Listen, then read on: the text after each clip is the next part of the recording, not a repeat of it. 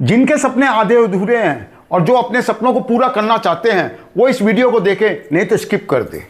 दोस्तों, आप लोग का स्वागत है मेरे YouTube channel way to success में। मेरा नाम अजीत कुमार है। मैं आप लोगों से कुछ कहने सुनने नहीं बल्कि आप लोगों से जुड़ने आया हूँ। दोस्तों, सपना हर कोई देखता है पर उनको पूरा करने का रास्ता कोई नहीं बताता। कुछ लोगों के सपने दो वक्त जून की रोटी कमाने में टूट जाते हैं तो कुछ के सपने घर के परिवार की जिम्मेदारियों में बिखर जाते हैं। कुछ तो इतने आशावादी होते हैं कि एक दिन उनका सपना पूरा हो जाएगा, सब कुछ उनको मिल जाएगा, ये सोच कर हाथ पर हाथ धर के बैठे रहते हैं। दोस्तों, सपने वो नहीं होते जो हम रातों को नींदों में देखते हैं। सपने वो होते हैं जिनको पूरा करने के लिए हम रातों को जगते हैं। आज के डेट में समाज में एक अजीब सा सोशल हिप्नोटिज्म छाया हुआ है। हर गार्जियन, हर पेरेंट बस यही चाहता है उनकी औलाद पढ़े लिखे और पढ़ लिख कर कोई अच्छी सी नौकरी करे। दोस्तों, अगर हर कोई पढ़ लिख कर नौकरी करेगा तो मालिक कौन बनेगा? और नौकरी से ज़रूरतें पूरी होती है, सपने पूरे नहीं होते। अब तो समाज इतना आगे बढ़ गया कि अब तो सपने ऑनलाइन भी मिलने लग गए। जस्ट ऑर्डर करिए और सपने आपके घर आ जाएंगे। बड़े बड़े चैनल्स पर जगह जगह दावा किया जा रहा है, बड़े बड़े विज्ञापन दिए जा रहे हैं, ये स्किल सीख लीजिए, ये कोर्स कर लीजिए ऑनलाइन, ऐसे पैसे कमाएंगे, वैसे पैसे कमाएंगे। पर दोस्तों, कोई शॉर्टकट नहीं होता। आपके सपने आपके अपने हैं और आपको खुद उनको पूरा करना है। आपके सपनों की कुंजी खुद आप है। आप ही को अपने सपनों को पूरा करना है। सबसे पहले ये चीज़ को आपको समझना होगा। दोस्तों, इस वीडियो में मैं आप लोगों को एक छोटी सी कहानी के माध्यम से अपने सपनों को पूरा करने के रहस्य बता रहा हूँ। वो सीक्रेट्स जो आपको कोई और नहीं बताएगा। दोस्तों, अमित बोल के एक लड़का था, बहुत ही गरीब घर से था। उसके माँ बाप अपना पेट काट काट के उसे पढ़ा लिखा रहे थे। वह भी अपने माँ बाप के सपनों को पूरा करने के लिए बहुत लगन से पढ़ रहा था।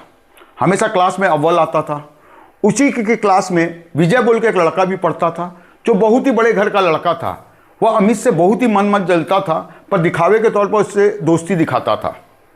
वक्त के साथ दोनों की पढ़ाई कंप्लीट हुई। विजय ने अपने बाप का कारोबार संभाल लिया और अमित ठहरा एक गरीब परिवार का लड़का। वह नौकरी की तलाश में दर दर भटकने लगा। एक दिन वह किसी कंपनी से इंटरव्यू देकर बाहर निकल रहा था, तभी उसकी मुलाकात विजय से हो गई।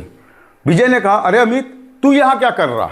अमित ने कहा, यार नौकरी की तलाश में इंटरव्यू देने आया था। विजय ने हंसते हुए कहा, अमित, तेरे पास अव्वल होने की डिग्री है पर आगे बढ़ने के लिए अंतिम में दाम और कॉन्ट्रैक्ट होना चाहिए। देख, मैंने अपने बाप का कारोबार कैसे संभाल लिया। चल, तू अपना यार सही, तुझे अपनी ही कंपनी में कोई नौकरी दे देता हूँ छोटी मोटी, जिससे तू अपना घर संसार चला सके। अमित एक गरीब जरूर था पर स्वाभिमानी था। जैसा कि अक्सर होता है, वह विजय के अंडर में काम नहीं कर सकता था। उसे विजय की हंसी पर बहुत बड़ा अपमान बोध हुआ। दोस्तों, अगर कोई आपका अपमान करे आप बर्दाश्त कर सकते हैं। अगर कोई आपको धक्का दे तब भी आप बर्दाश्त कर ले, पर अगर कभी कोई आप पर हंसने लग जाए तो आपके अंदर वो आग लग जाती है जो किसी के बुझाई नहीं बुझती। अमित के अंदर भी एक बर्निंग डिजायर हो गई। वह चुपचाप वहाँ से आगे बढ़ गया। उसका चेहरा अपमान की आग से धधक रहा था। तभी सामने से उसके स्कूल के टीचर आए। वह अमित के चेहरे को देखकर पूछे, अरे अमित, क्या हुआ तुम्हें? अमित ने अपने अपमान की सारी कहानी अपने सर को कह सुनाई। उसके सर ने हंसते हुए कहा, अमित, भले ही तुम्हारे पास अव्वल होने की डिग्री है पर तुम्हें ज़िंदगी का ज्ञान नहीं है।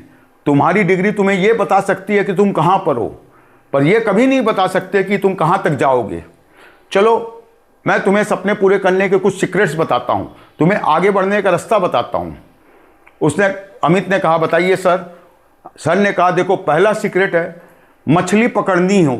अगर मछली पकड़नी हो तो तालाब नदी की ओर जाओ।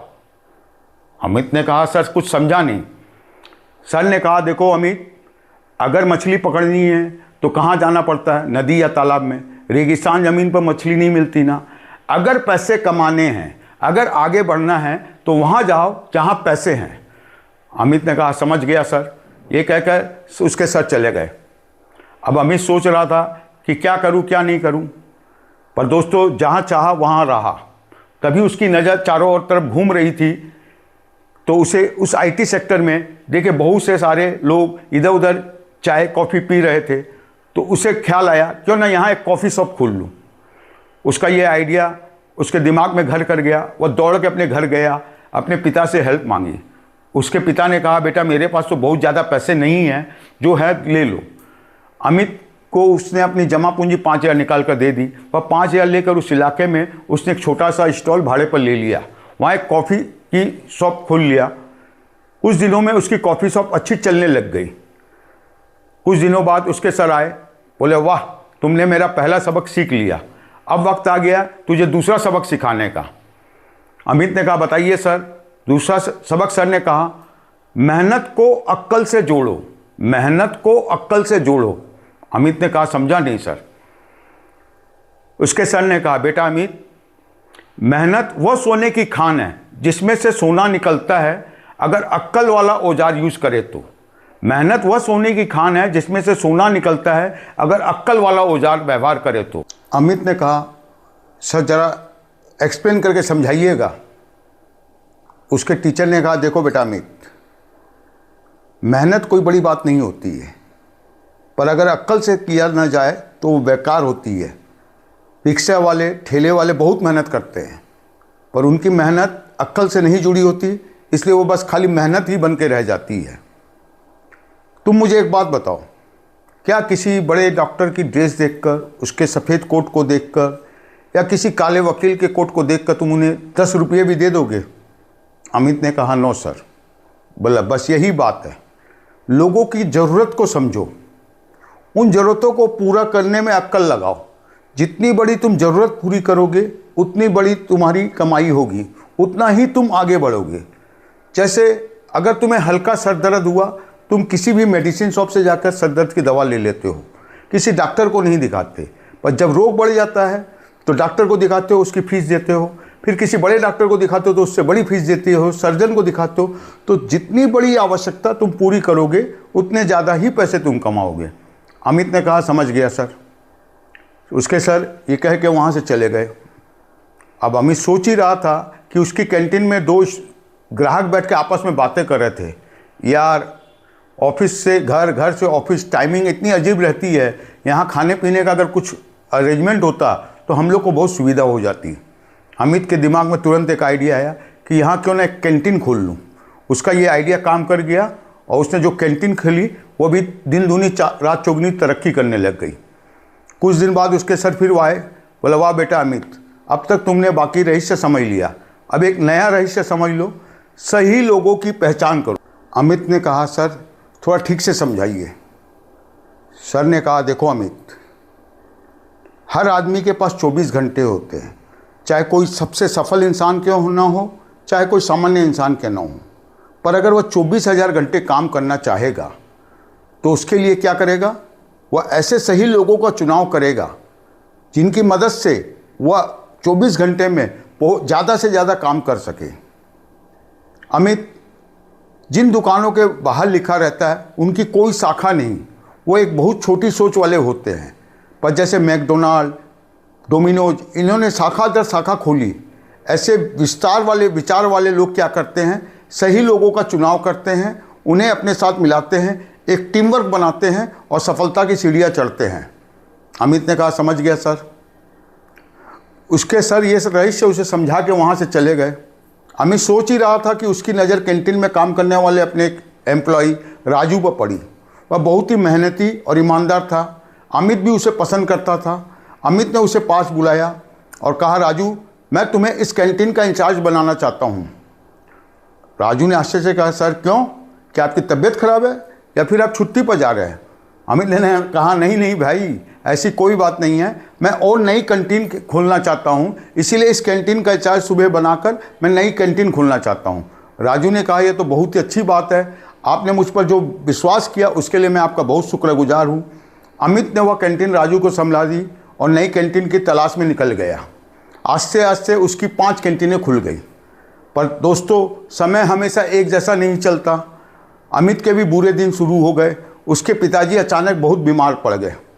अमित उनके इलाज के लिए पैसे पानी की तरह बहा रहा था। उनके अच्छे से अच्छे इलाज के लिए एक बेटे का जो फर्ज होता वो निभा रहा था। इस चक्कर में उसकी 4 कैंटीनें बिक गई और जब तक उसके पिता ठीक हो गए उसके पास लास्ट वही एक कैंटीन बच गई।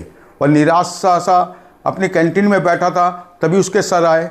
उसने कहा क्या हुआ अमित, इतने निराश क्यों? उसने कहा सर, मेरे पिताजी बीमार पड़ गए थे, उनके इलाज में मेरी 4 कैंटीनें बिक गए। इतनी मेहनत से मैंने 5 कैंटीनें बनाई थी। उसके शिक्षक ने मुस्कुराते हुए कहा, अरे बेटा अमित, जो काम तुम एक बार कर सकते हो और दोबारा नहीं कर सकते। हर इंसान में एक धैर्य होना चाहिए।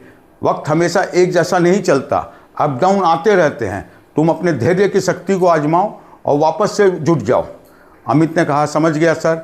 उसने अपने धैर्य की शक्ति को आजमाया और फिर से दोबारा से उसी लाइनअप पर काम करके आस्ते आस्ते अब उसकी एक की जगह 10 कैंटीन हो गई।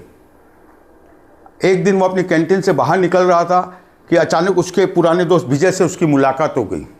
उसने विजय ने कहा, अरे अमित, तू यहाँ क्या कर रहा है? कहीं नौकरी वोकरी मिली कि नहीं? अमित ने कहा, नहीं यार, अब मैं नौकरी वोकरी नहीं करता, ये कैंटीन का मालिक मैं ही हूँ। मैंने ऐसी 10 कैंटीनें खोल ली। विजय ने आश्चर्य से कहा, अरे वाह, तू तो बहुत तरक्की कर गया। अब तो तू मेरे पार्टनर बनने के काबिल हो गया। चलो, अच्छे वक्त पर तू मुझे मिला है। चल एक काम कर, मैं एक 5 स्टार होटल खोलना चाहता हूँ, उसमें तू मेरा पार्टनर बन जा। दोस्तों, इंसान के 2 स्वभाव होते हैं, एक डर, एक लालच। अमित में डर नहीं था। हर आदमी कुछ नया शुरुआत करने में डरता है कि कहीं विफल हो गया, कहीं असफल हो गया तो लोग मजाक उड़ाएंगे। पर अमित तो शुरुआत कर चुका था। पर लालच तो इंसानी स्वभाव है। वह भी सोचा एक बड़ा होटल का मालिक बनने का, उसमें पार्टनर बनने का। उसने विजय के प्रपोजल पर हाँ कर दी। उसने अपनी सभी कैंटीनें बेचकर विजय के होटल के पीछे पैसे लगा दिए, उस 5 स्टार होटल के पीछे। पर दोस्तों, अक्सर जैसा होता है, भोला भाला इंसान चालबाजों लोगों से ठगा जाता है। वही अमित के साथ भी हुआ। विजय ने एग्रीमेंट इस तरीके से बनाया कि उसमें अमित को उसने पार्टनर नहीं बनाकर एज ए एम्प्लॉय शो किया। 1 तारीख को उसने अमित को बुलाया और 50,000 रुपये उसके हाथ में देकर कहा, लो अमित, ये तुम्हारे इस महीने की सैलरी। अमित ने कहा, सैलरी? पर मैं तो इस होटल का पार्टनर हूँ। बोले, अरे अमित, इतने से पैसे में कोई पार्टनर बन जाता है क्या 5 स्टार होटल में? वो तो बस मैंने तुम्हारे सिक्योरिटी डिपॉजिट के हिसाब से जमा लेकर तुम्हें एम्प्लॉय दे दिया, वरना इस 5 स्टार होटल में तुम्हारे लायक कोई एम्प्लॉय बन सकता है क्या? अमित मानो आसमान से ज़मीन पर गिरा। उसकी आंखें चुदिया गई। वो आश्चर्य से इस धोखे से हैरान परेशान हो गया। विजय ने कहा, लो एग्रीमेंट पढ़ लो, इसमें साफ साफ तो लिखा है। अमित के पास अब धोखे खाने के बाद कुछ कहने के लिए बचा नहीं और बहुत ही भारी कदमों से होटल से बाहर निकल ही रहा था कि उसके सर मिल गए। उसने पूछा, क्या बात है अमित, इतने उदास, इतने हैरान, इतने परेशान क्यों हो? अमित ने सर को अपने धोखे की पूरी घटना सुनाई।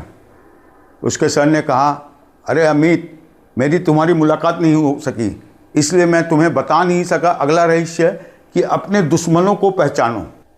अमित, जब कोई इंसान सफलता की सीढ़ियाँ चढ़ते हैं तो उससे जलने वाले उसके बहुत से अनचाहे दुश्मन भी पैदा हो जाते हैं।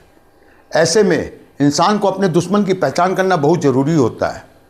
पर तुम इसमें नाकामयाब हो गए। तुमने बिना सोचे समझे एग्रीमेंट पर साइन कर दिया, उससे पढ़ा तक नहीं। अमित, जब कोई इंसान ऊंचाइयों से धरातल पर गिरता है तो उसकी वजह उसका खुद का कोई अपना ही होता है। अक्सर एक सफल इंसान अपने किसी भरोसेमंद साथी के ही साजिश का शिकार होकर ज़मीन पर गिर पड़ता है। चलो, अब जो होना था सो हो गया। मैं तुम्हें अपने पूरे करने का अंतिम रहस्य बता रहा हूँ। अमित ने कहा, अब भी कुछ बचा सर? सर ने कहा, एक बार सुन तो लो। सपने का अंतिम रहस्य है पूरा करने का, अपने लक्ष्य को पहचानो, अपने लक्ष्य की शक्ति पर विश्वास करो। अमित, जिंदगी के सबक किताबों में नहीं, खुद के अनुभवों से होता है। तुमने जिंदगी के सारे अप डाउन देख लिए। अब तुम में वह ताकत है कि तुम हर चीज़ को रीबिल्ड कर सकते हो। जानते हो, बल्ब का आविष्कार करने वाले थॉमस एडिसन 10,000 बार फेल होने के बाद बल्ब का आविष्कार किए। और जब आविष्कार करने के बाद उन्होंने एक ही बात कही, मैंने 10,000 ऐसे तरीके जाने जो काम नहीं करते थे। सर की ये बातें सुनते सुनते अमित के चेहरे से निराशा के भाव छटने लगे।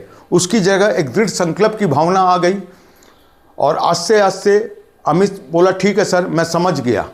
उसने संकल्प लिया कि मैं फिर से अपने आप को रीबिल्ड करूंगा, अपने लक्ष्य को पाऊंगा। लक्ष्य की शक्ति के एहसास से वो भर गया। और दोस्तों, आज के डेट में अमित के दुनिया के हर कोनों में चेन स्टोर्स अवेलेबल है। दोस्तों, मेरा ये वीडियो अगर आपको पसंद आया हो तो मैं ये नहीं कहूँगा कि आप मुझे सब्सक्राइब करिए या बेल बटन को दबाइए। मैं आप लोगों से एक अनुरोध करना चाहता हूँ कि आप मेरे वीडियो की कमियों में जो कमियां हैं उनको प्लीज़ कमेंट बॉक्स में बताएं, क्योंकि मेरा मानना है कोई भी चीज़ कंप्लीट कभी नहीं होती है। अगर कभी कोई आपकी आलोचना करे, आप कान बंद कर लीजिए, पर अगर आपकी आलोचना की कोई वजह बता रहा हो तो आप कान पूरी तरह खोल कर सुनिए, जिससे आपको आपकी कमियों का पता चलेगा और आप उसे दूर करने में सक्षम हो सकेंगे। धन्यवाद।